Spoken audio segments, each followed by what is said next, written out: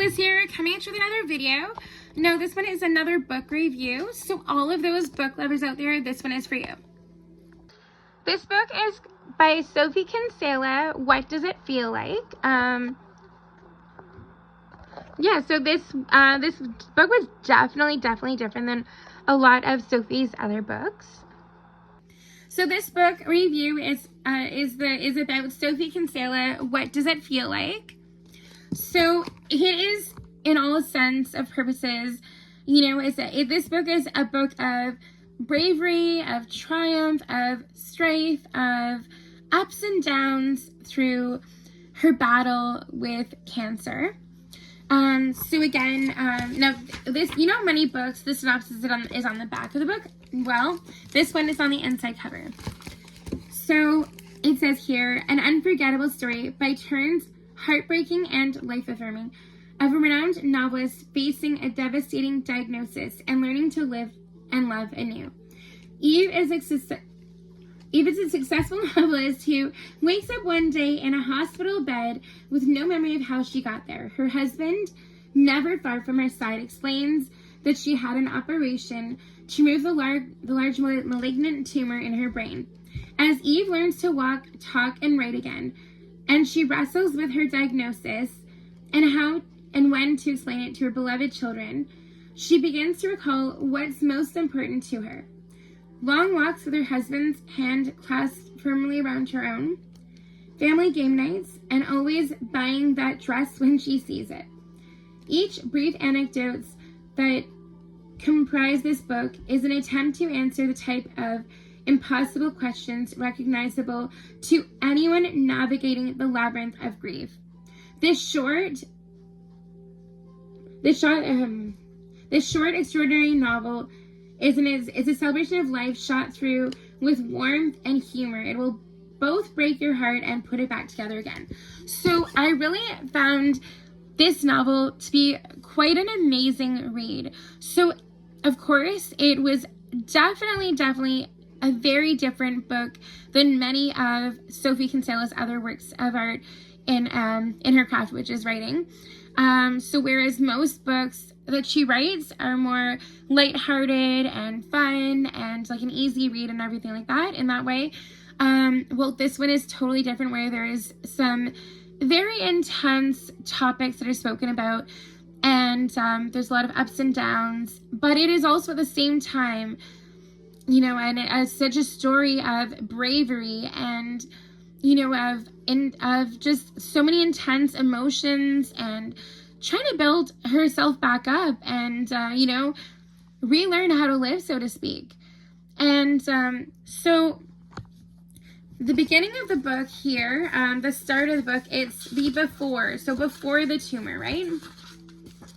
And so you can see there's a picture here where the before is, and it's of a red carpet, the rope and stuff there, and the limo.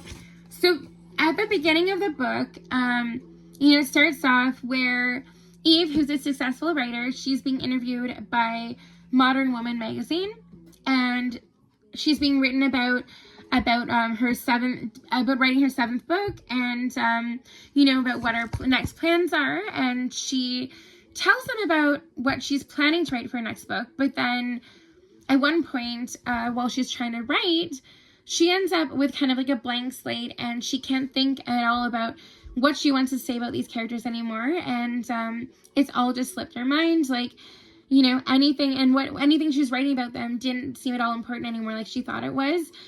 And then she ended up going, instead of, so her husband had gone somewhere with her kids, so that she had the empty house to write in. And, so then, even though she already had a quiet house and she had music, she could watch TV, do whatever she wanted to gain inspiration, she thought she needed to get away and get out of the house and go for a walk. And so she did. So she ended up walking over, to the downtown area where the shops are. And she ended up seeing this dress inside a window and trying it on. And she decided to buy it because she just absolutely could not live without this dress. And it was a beautiful Jenny Packham, sparkly, beautiful dress. And She didn't know if she'd ever have anywhere to wear it, but she knew she had to have it, and it was amazing on her. So then at the same time too, when she gets back home and she's going through her bills and that kind of thing that came in the mail, and she's going through her credit card statement, she comes across some entries that she doesn't recall being in that area, and she ends up also seeing how high her credit card statement is, and then she ends up coming up with a new story idea, and it's the book ends up being called Hey Big Spender, which ends up being in turn turned into a movie, and she never thought that she could end up having any of her books made into movie before, but at the same time too, in a lot of ways, you know, with Eve, all of her stories always had happy endings, and she was, as she had said to her husband when they were discussing things, she's a happy ending queen. And so to have this illness happen to her, it was quite ironic, as she was thinking, because, you know, like, how could this be? You know, I really don't know what's going to happen, if I'm going to live, if I'm going to die.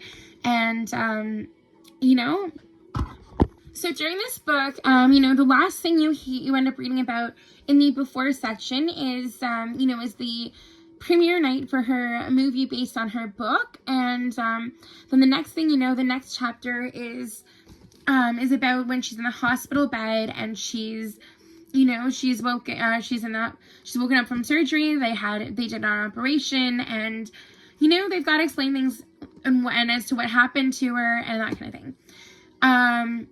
And so, as her husband explained it, she had a tumor, and they took it out. They were trying to see if it was cancerous or not. And so the type of cancer she ends up getting the diagnosis with, it's a very rare and incurable cancer. The next part of the book, after in the after section, this is the way it starts, and you can see it's a picture of the hospital room. And you can see that she's got her cabinet, her IV, her IV thing, and also all the buttons, the call buttons and that, and there's an extra chair.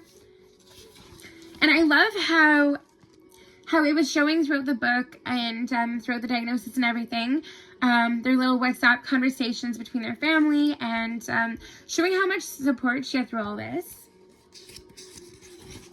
So when she wakes up from surgery, they're trying to see if she can feel, if she has sensations in her legs and all that. And she thinks she can walk no problem, but then when she does try to walk, she ends up falling, and she's like, why can't I walk? And then she ends up relearning how to walk and using a Zimmer frame to try to work on walking.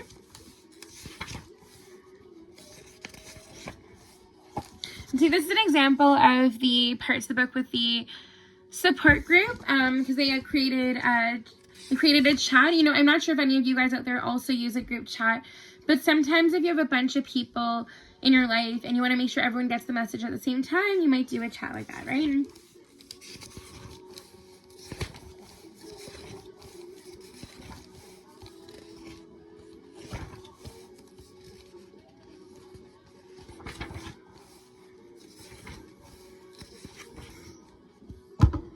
The type of cancer she ends up being diagnosed with is called grade 4 glioblastoma, and it's a type of brain cancer. And a lot of people who get diagnosed with it only end up living, you know, around 12 months or 14 months and that kind of thing. And so when Eve ends up getting her diagnosis, she's super scared, but at the same time she tries to remain hopeful, and she tries to remain positive about it all. And she tries to make the most of a bad situation and just sort of be there throughout this whole thing with her family, and, you know, just try to lean on everyone the best she can. So also too, one of the questions that Eve was asked in her interview during the before part is, you know, do you have any advice for people wanting to get into writing and maybe write their own novel? And then, so Eve's response was, just write what you know. So what's kind of interesting with that is that in writing what you know, that is exactly what Sophie Kinsella had done. Because, you know, after the novel, there's a note from the author And it says here, author's note, what does it feel like is fiction, but it is my most autobiographical work to date. Eve's story is my story. In the autumn of 2022, I began to feel ill, and my early signs of cancer were the same as Eve's. From the staggering through the wheelchair, the Zimmer frame, surgery, diagnosis, and beyond, it all happened pretty much as is set down in these pages. I even asked my husband, Henry, to cut all my hair off. I don't remember this, but he says I was pretty insistent. I underwent an 8-hour operation to remove my glioblastoma tumor and went through subsequent chemotherapy and radiotherapy. I learned to walk again, to balance again, to move my head again, to function again. Like Eve, I was very distressed that I couldn't remember any Christmas carols, and I furiously memorized them again in time for Christmas. Why did I fictionalize my story? It was, in a strange way, it liberated me to be honest and raw. I have 5 children, Freddie, Hugo, Oscar, Rex, and Sabella. Somehow it was easier to write about them, honestly, using fictional names.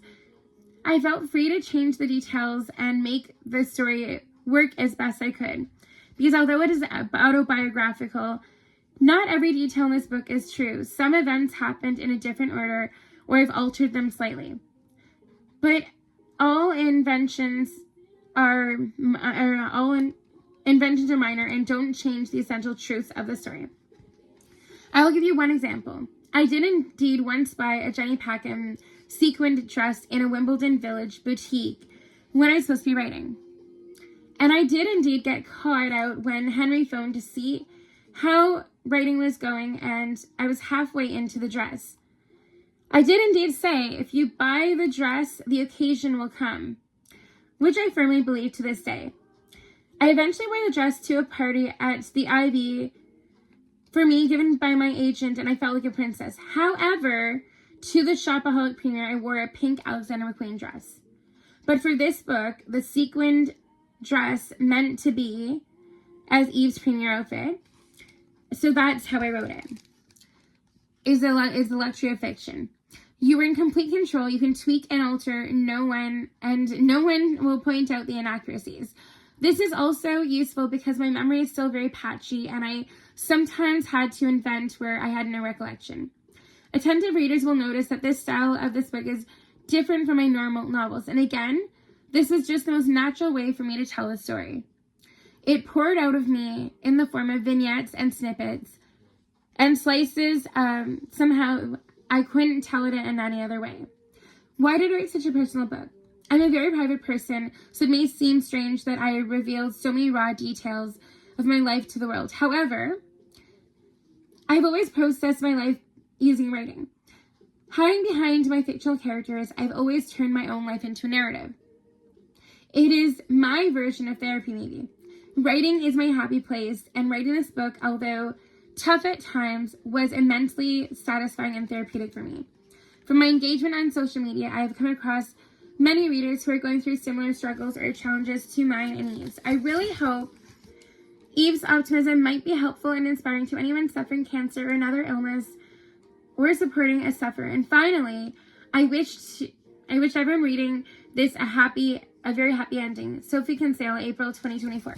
So as you can see, that in regards to Sophie, even though she had that type of cancer and that she herself had gone through those struggles and everything, while they say that it's typical that you'll end up only surviving up to like 12 to 14 months maximum, as you can see, sometimes there will be exceptions to the rule, and everybody's story is going to be different, and you just take life as it comes, and there's nothing else you can do. And just when you're going through an illness like that, or in any instance in life, it's just, you can't control things oftentimes. You can try to like do your best you can and try to turn things around or try to make things better than they could be, but you don't truly have a say in how things end up. So, and I do really love how much Eve's husband was there for her, and how they took things one step at a time. She was trying to always keep herself in a positive mindset, and I truly believe that's a positive, that's a good thing, and it can actually change things around and give you different results sometimes. And among other things, the other thing that can help when you're in a situation like that is a lot of prayer and praying for a better outcome. And, you know, sometimes things do work out, you know, with the answer you want, the resolution you want. Sometimes it doesn't. But, you know, it's all in God's hands, and it is, you know, it's outside your realm of possibility to change what happens. And I really do recommend you check out this novel. It is a very short read. It's only about 120 pages. But definitely it was really interesting, and definitely quite different than Sophie Kinsella's usual work. And yeah, honestly, it was really interesting. I enjoyed reading about, you know, about all the experiences that Eve went through, and, you know, doing the physio and trying to regain her memory, trying to end up writing again, get her words back. And you just felt like you were there with her in some ways, and just experiencing it with her. And I truly love that Sophie Kinsella used this as an outlet to sort of get out, to sort of have a release after her illness that she faced, her own illness. And I feel like if you have a craft, whether your craft be writing poetry, writing songs, writing fictional novels, or singing, you know, I mean, if there's something that you do that's going to help you cope with something or make it seem not so bad, I would say go for it. And, you know, if you're in a similar situation to Sophie Kinsella and Eve, and you've got something that's maybe not such a good thing that's happened to you, that you've received a bad diagnosis or something, or maybe you're having a struggle at work or anything like that at all, you know, just use whatever coping mechanism you have that works the best, and just take things as it comes, and it'll get better somehow. Anyways, yeah, I would definitely suggest you check out this book. Again, as I said, it's What Does I Feel Like by Sophie Kinsella. It was an amazing read. And yeah, so I'd say out of 5, I'd give it a solid 4.5, 5 out of 5. So, yes, it's very different from her usual books. However, it's really amazing. It's raw, and I would totally suggest you get out there and read it. Thank you so much for watching. Don't forget to like and subscribe. And until next time, take care. Bye, guys.